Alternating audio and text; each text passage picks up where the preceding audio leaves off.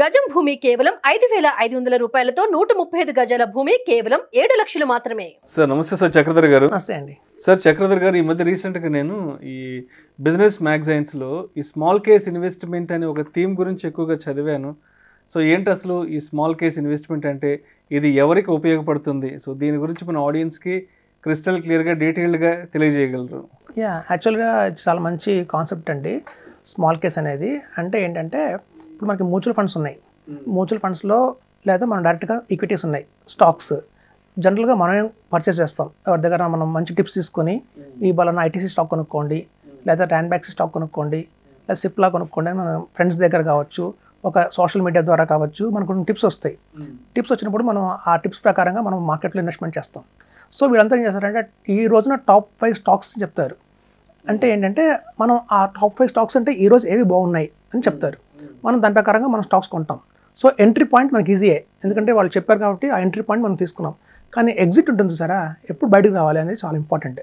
So ఒక స్టాక్లో ఎప్పుడు కరెక్ట్గా బయటకు వస్తామో అప్పుడే మనం రిటర్న్ గెయిన్ చేస్తాం కానివ్వండి, లేదా మనం గెయిన్ చేయలేం.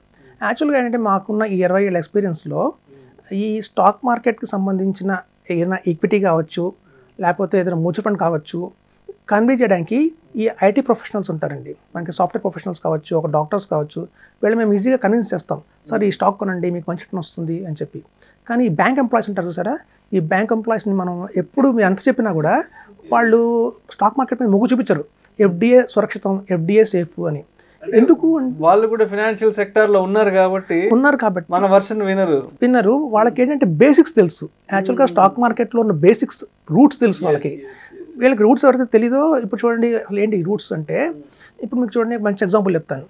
ఇప్పుడు ఒక ఊరు ఉందండి, ఒక రామాపురం అన్న గ్రామం ఉంది. ఆ రామాపురం అన్న గ్రామంలో ఒక ల్యాండ్, ఒక ఎకరం ల్యాండ్ మనకి ఏంటంటే ఈ ఎవరైతే కనుక లోన్స్ తీసుకొని కట్టరో వేలం పడతారు. మీరు వేలం పాట విన్నారు ఎప్పుడైనా? వేలం పాట విన్నారు కదా. సో ఈ రామాపురం అనే గ్రామంలో ఒక ఎకరం ల్యాండ్ వేలం పాటకు వచ్చింది. అయితే ఆ గ్రామంలో ఉంటున్న సుబ్బారావు గారు ఒక ఆయన ఉన్నాడు. ఆ సుబ్బారావు గారికి తెలుసు, ఆ ఊరు చిన్నప్పటి నుంచి పుట్టి పెరిగాడు కాబట్టి ఆ ల్యాండ్ ఖరీదు ఎంత పలుకుతుంది, ఎంత కొనుక్కోవాలని తెలుసు, అక్కడ లోటుపాట్లు తెలుస్తుంది. ఇప్పుడు కొంతమంది బయట ఊరు నుంచి వస్తారు, కొనుక్కుందాం రైతు చక్కగా బ్యాంక్ వాళ్ళు పాడుతున్నారు కాబట్టి తక్కువలో వస్తుంది అని చెప్పి. సో ఉదాహరణకి మధ్యలో వెళ్ళాం అనుకుందాం. సరే వెళ్ళిన తర్వాత వాళ్ళు సర్కారు గారి పాట అని చెప్పి వాళ్ళు ఏదో 1000 రూపాయలు చెప్తారు. అక్కడ లోకల్గా ఉన్న ఈ సుబ్బారావు గారు ఏమో ఒక 200 ఎక్స్ట్రా వేసి 1200 అండి నా పాట అంటారు. సో మనకు తెలియదు కదా అక్కడ ఎంత ఉందని. నేను 1500 అంటాను, మీరు 1700 అంటారు, నేను 2000 చెప్తాను, మీరు 2500 చెప్తారు. అట్లా మధ్యలో పాడుకుంటూ ఎక్కడికి వెళ్ళిపోతాం. నిజంగా అంత వాల్యూ ఉంది దానికి అంటే ఉండదు, మన ఇద్దరు పెంచుకుంటూ పోయి ఉంది దాన్ని యాక్చువల్ ప్రైస్. అప్పుడు ఒక చోట ఏమవుతుందంటే అండి, మనం ఏదో తప్పు చేస్తున్నామేమో, 400-4500 వెళ్ళిపోయింది అప్పుడే, చాలా ఎక్కువ పెట్టేసాం మనం అనుకొని మళ్ళీ మీరు ఒక స్టెప్ బ్యాక్ రిటర్న్ తగ్గుతారు. అంటే మార్కెట్లో కూడా జరిగేది అదేనండి. యాక్చువల్గా ఏంటంటే ఒక స్టాక్ ఉంది అనుకోండి, హెచ్డిఎఫ్సి బ్యాంక్ స్టాక్ ఉంది, 1000 రూపీస్ ఉంది దాని వాల్యూ.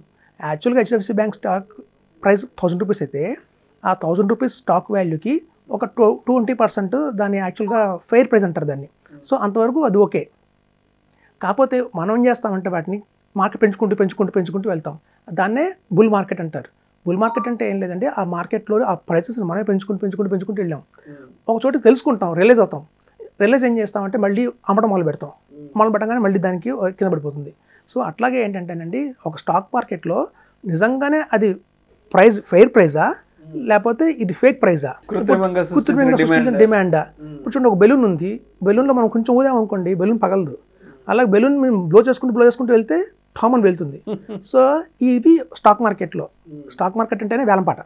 సో ఇవన్నీ వాళ్ళకి ఏంటంటే కామర్స్ స్టూడెంట్స్కి చిన్నప్పటి నుంచి చెప్పి వాళ్ళ సబ్జెక్ట్లో ఇలా ఉంటుందని చెప్తే వాళ్ళు భయపడతారు. ఓకే, ఎందుకు వచ్చిన గోళ మనకి ఇట్లాంటి వేగ్ మార్కెట్లో మనం ఎందుకు ఇన్వెస్ట్మెంట్ చేయాలి అని. సో ఎవరికైతే వీటి బేసిక్స్ తెలియదో, back end of the coin తెలియదో వాళ్ళు ముందుకు వస్తారన్నమాట. సో ఎందుకేంటంటే ఈ మనకి స్మాల్ కేసులో ఏమవుతుందంటేనండి, పర్టికులర్గా ఒక ఫండ్ మేనేజర్ అనే వాళ్ళు మన కోసమే మన స్టాక్స్నే ఆయన మేనేజ్ చేస్తాడు. అంటే చూడండి, బయట 500 కంపెనీలు ఉన్నాయి. సో 5000 కంపెనీలు, అందులో ఐటీ కంపెనీలు ఉంటాయి, ఫార్మా కంపెనీలు ఉంటాయి, బ్యాంక్ ఉంటాయి, ఆటో రంగానికి సంబంధించిన స్టాక్స్ ఉంటాయి. సో ఏ టైంలో ఏ స్టాక్ కొంటే లాభమో, ఎంత మేరకు కొనాలి, అందులో కూడా ఎప్పుడు మన బయటికి రావాలి అవి మనకు తెలియదు కాబట్టి మనం వెళ్ళి డిపెండ్ అవుతాం. సో స్మాల్ కేసులో ఏమవుతుందంటేనండి, మ్యూచువల్ ఫండ్స్లో ఏంటంటే మోషన్ అంటే మన అందరి డబ్బులు ఒకళ్ళకి వెళ్ళిపోయినాయి, అది వాళ్ళు మేనేజ్ చేస్తుంటారు. ఇందులో case to case, person to person అనమాట. సో మనకు సంబంధించి ఫండ్ మేనేజర్ మనకే పనిచేస్తాడు కాబట్టి ఏంటంటే వీళ్ళు కొంచెం ఛార్జ్ కూడా చేస్తారండి. మనకి ఇప్పుడు మ్యూచువల్ ఫండ్స్లో మనకి ఛార్జ్ ఉంటుంది, అది ఇండెక్స్ ఫండ్ అయినా సరే 1% 0.77% ఛార్జెస్ ఉంటాయి.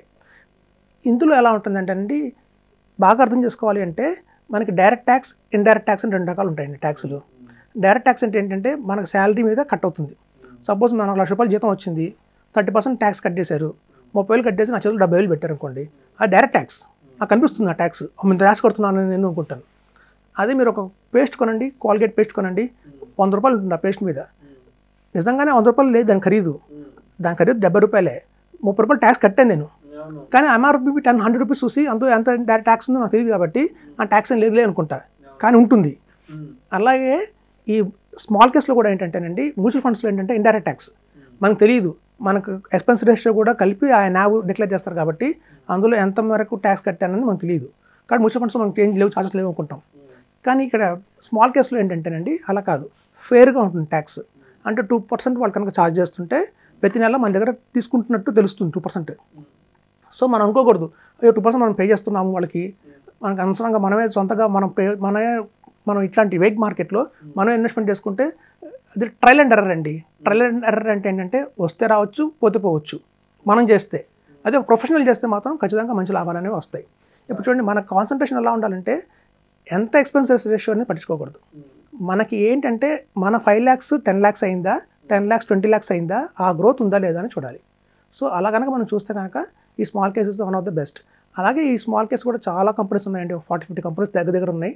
సో మేమేం చేస్తామంటే ఆ ఉన్న 40-50 కంపెనీస్లోకి ఏది బెస్ట్గా ఉంది, మనం రెడీ అయ్యాం, ఒక ఫండ్ మేనేజర్కి 2% మనం ఛార్జ్ చేద్దాం, ఇచ్చినా కూడా మన వెల్త్ క్రియేట్ అవుతుంది కదా అన్న భావనలో మనం ఇస్తున్నప్పుడు, అలా మనం ఛార్జ్ ఇచ్చినా కూడా ఉన్న కంపెనీస్లోకి ఏది బెస్ట్ అని మనం సెలెక్ట్ చేసుకుని కనుక ఇన్వెస్ట్మెంట్ చేస్తే మనకి మంచి లాభాలు వచ్చే అవకాశం ఉంటుంది. సో ఇందులో మనకి SIP ఆప్షన్ కూడా ఉందండి. ఇందులో ఏంటంటే మన PMSA, small case nothing but PMS, portfolio management services, మన గతంలో కూడా ఎక్స్ప్లోర్ చేసాం. PMS ఏంటంటే యాజ్ పర్ సెబీ ఏంటంటే 50 lakhs మినిమం ఉండాలి టికెట్ సైజు, అది PMS. ఇది మినీ PMS అంటారు. ఇందులో టికెట్ సైజ్ వచ్చి 2.5 lakhs, 3 lakhs, కొంతమంది 5 lakhs కూడా ఆఫర్ చేస్తున్నారు. సో ఇట్లా మనం 5 lakhs లంసంగా ఇన్వెస్ట్మెంట్ చేసి అక్కడి నుంచి మనం SIP కూడా చేయొచ్చు ఇట్లాంటి వాటిలో. సో ఒక ఫండ్ మేనేజర్ అనేవాళ్ళు డెడికేటెడ్గా మనకే పనిచేస్తారు, మనకే మంచి మంచి స్టాక్ కొని పెడతారు కాబట్టి రిటర్న్స్ కూడా బ్రహ్మాండంగా వస్తాయని ఎక్స్పెక్ట్ చేయొచ్చు. So small cap is one of the best. ఈ స్మాల్ కేసెస్లో మంచి one of the best option. మనం డైరెక్ట్గా వెళ్ళి ఇప్పుడు చూడండి, స్ట్రెస్, స్టాక్ మార్కెట్లో కొనటం అమ్మటం అంటేనే స్ట్రెస్. రీసెంట్గా ఒక ఇన్సిడెంట్ జరిగింది చెప్తాను. ఇప్పుడు మాకు ఫెస్టివల్స్కి మా తెలిసిన కజిన్ కార్ వేసుకుని వెళ్తున్నాడు, వాడు గుంటూరు. వరుసగా హాలిడేస్ వచ్చాయి కదండి, మీకు తెలుసు కదా, ఫ్రైడే సాటర్డే సండే హాలిడే వచ్చిందంటే వెళ్ళిపోవడం మా ఆంధ్రాకి. సో అతను ఏంటంటే మిడ్ నైట్ దాకా 12 o'clock పనిచేసాడు పాపం. 12 o'clock దాకా పనిచేసిన మనిషి వెంటనే ఊరు వెళ్ళాలి, గుంటూరు వెళ్ళాలి, వాళ్ళది గుంటూరు ప్రాపర్. సో హైదరాబాద్ నుంచి గుంటూరు వెళ్ళాలంటే వాళ్ళ చిన్న బాబు కూడా ఉన్నాడు, 6 years old. సో ఆ బాబుకు ఫుడ్ పెట్టే టైంకి మనం గుంటూరు వెళ్ళాలి, వాళ్ళ తాపత్రయం. ఎందుకంటే లంచ్ మనం హోటల్ పెట్టలేం బయట, సో కాబట్టి ఎర్లీ మార్నింగ్ 6 o'clock కల్లా బయలుదేరిపోవాలి. 12 దాకా పనిచేసిన మనిషి మళ్ళీ 6 o'clock కార్ డ్రైవ్ చేయాలంటే అది కొంచెం సరిపోదు, రిస్క్ ఫ్యాక్టర్. సరే ఏం చేశారంటే కార్ వేసుకుని వెళ్తున్నారు. మనకి రోడ్డు మీద చూస్తే ఒక మధ్యలో ఒక గీత గీస్తారు, లెఫ్ట్లో మనం వెళ్ళాలి, రైట్లో ఎదురు వచ్చి రైట్లో వస్తాయి. డ్రైవ్ చేస్తూ పొరపాటున రైట్లోకి వెళ్ళిపోయాడు. మొత్తం కారు తీసుకొని ఆ కునుకు వచ్చేసింది తెలియకుండానే. అదృష్టం ఏంటంటే వెహికల్స్ ఏం రావట్లేదు ఆపోజిట్ డైరెక్షన్లో. మళ్ళీ ఒక వైఫ్ గట్టిగా అరవంగానే మళ్ళీ లెఫ్ట్లోకి వచ్చేసారు. సో ఇప్పుడు చూస్తే ఒకేసారి మనిషి ప్రెషర్ ఎక్కువ తీసుకోలేరు. మనకి ఎలాగో ఆఫీస్లో ప్రెషర్లు ఎక్కువ ఉంటాయి, అలాగే ఫ్యామిలీస్లో కొన్ని ప్రెషర్లు ఉంటాయి, పిల్లలు వాళ్ళ చదువులు వాళ్ళ స్కూల్స్ అవన్నీ. మళ్ళీ దానికి తోడు మళ్ళీ మనం ఈ స్టాక్ మార్కెట్లో మళ్ళీ మనమే అనాలైసిస్ చేయాలి, మనమే వాటిని స్టడీ చేయాలి, వాటి మనమే ఇన్వెస్ట్మెంట్ చేసుకోవాలి అనుకుంటే మాత్రం ఇన్ని ఓవర్ రిస్క్ అయిపోయి మనకి రాంగ్ కాల్స్ అనేవి అవుతాయి. నేను బాగా గమనించింది ఏంటంటేనండి, ఎప్పుడైతే మనం సొంతంగా మనం స్టాక్స్ని సెలెక్ట్ చేసుకుంటున్నామో వీటి మీద జాస్ ఎక్కువ పెడితే దాని ఇంపాక్ట్ మన ప్రొఫెషనల్ లైఫ్ మీద ఉంది. ప్రొఫెషనల్ లైఫ్ మీద ఎక్కువ కాన్సన్ట్రేషన్ చేస్తే దీని మీద బ్యాడ్ ఇంప్రెషన్ పడి స్ట్రాంగ్ డెసిషన్స్ తీసుకొని పిచ్చి స్టాక్స్ కొంటున్నాం. సో కాబట్టి ఏంటంటే రెండు సపరేట్గా మనం కనుక ఒక చిన్న అమౌంట్ కనుక ఒక ఫీజుగా ఇచ్చేస్తే మన ప్రశాంతత మన వరకు మనం చూసుకుంటే ఫండ్ మేనేజర్ వాళ్ళ పని వాళ్ళు చూసుకుంటారు. మనకనేది ఒక నైట్కి మంచి గోల్ అనేది సెట్ అయ్యి ఒక మంచి వెల్త్ అనేది క్రియేట్ అవుతుంది.